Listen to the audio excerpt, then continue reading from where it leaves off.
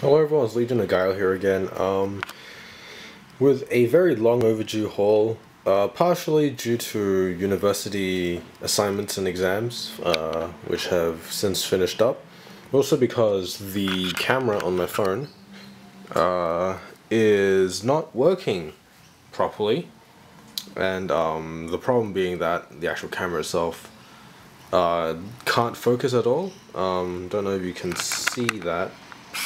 But you can see how it's constantly vibrating over like everywhere because it can't focus properly, so I can't actually shoot with this. So had to use this DSLR that I had lying around. It's a bit old and you can also hear it when it's focusing really loudly, but hopefully we can get this fixed. So there's a lot of books here. More than usual. A lot of it is just like the regular Batman issue, the bi-weeklies, but there's also some like other stuff, like a lot of the metal stuff as well. I haven't really been actively collecting, not really that because I have fallen out of reading comic books. Like I still read a lot, but it's just that university was taking up so much time for me. So yeah, that was basically it. So yeah, I'm gonna keep looking, trying to keep finishing that New 52 Batman run with all the variant covers, and yeah, we'll go from there. So we have Batman 35, which is part 2 of the Rules of Engagement, like mini filler arc, which is about Talia and Catwoman fighting in the desert. Alright issue. We have the lenticular variant for Doomsday Clock. I really like this issue because, like, I am just very excited after reading this issue. It doesn't really matter if... To me, it doesn't matter as much if the story is good or bad, but this is just such an exciting story, or such an exciting event to be going through right now, that I feel like it will be worth the ride regardless. We got... I'm not sure if I showed some of these either. I think I've shown this one already, but it was the Jim Lee variant with Gambit for Captain America, Steve Rogers Captain America. Pretty sure I've shown this one, but it was in the stack, so I'll just quickly go through this again. Batman 31 Tim Sale variant, Batman 31 as well, normal cover, 30 Tim Sale variant, 30 normal variant.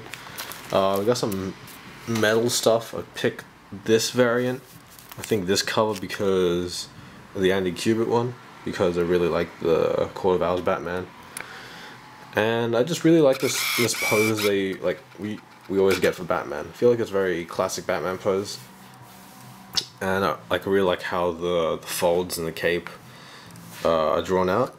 It's very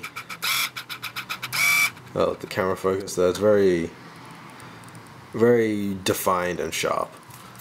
Also, we got Batman 34, which was the first issue of them going to the desert to find Raish. I really like this cover. The issue not so much, but I feel like this is such a nice dynamic cover as well that it's kind of worth it, I guess. Batman 33, the first part actually of Rules of Engagement. Kind of reminiscent of Nightmare Batman / Dark Knight Returns Batman, where he's on the horse. I'm not too sure about how I like the rug design, stained glass design of the bat in the background. It's a bit out of place, especially also with like the stars everywhere. But overall, an okay cover. There's Dark Knight's Metal number 3, the Kubert variant, continuing with the other ones. I'm probably just going to get one variant for the whole thing. Yeah, I think I also picked this one because this was the only cover left by the time I went to the store to get it, because I was busy like the week it came out. Batman Lost. This was a pretty cool issue actually. It was just a one shot, I'm pretty sure this one is, but I had very low hopes for this given how other like just massive tie-ins usually work in these big events.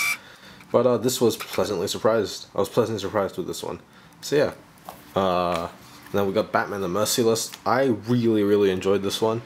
So this was a great take on how Batman like the Wonder Woman analog for the Dark Knights, and I thought this was a really nice story. Again, tragic like all of them, but like still very, very cool. Batman the Devastator. This one was also very cool. Like all of them have been very good so far. All of them have been very good. The Drowned. I like this cover a lot. I picked this up in Melbourne because I was out of town for that week. And the Red Death. Nearly missed out on getting this one. I think the store was nearly sold out on them by the time I got in. And Murder Machine. This was probably the weakest one, but still a pretty good story. It was also very nice seeing how all the different Batmans came to be. And the Dawnbreaker. I thought this was also a very cool take on how Batman would be as Green Lantern, especially with his blackout ability. I thought that was really nice. And I'm pretty sure I've showed this one as well, Batman 32.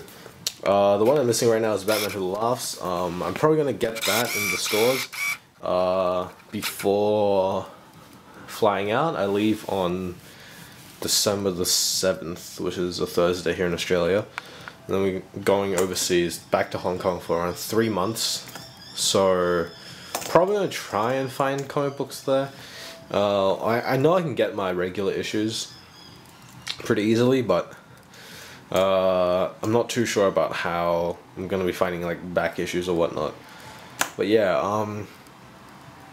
it'll be very nice to go overseas again. The weather here is, as you can see, I'm not sure if you can see, but the weather outside has been very erratic lately, ranging from, to give you context, it's summer right now. The first day of summer was yesterday, as of this recording.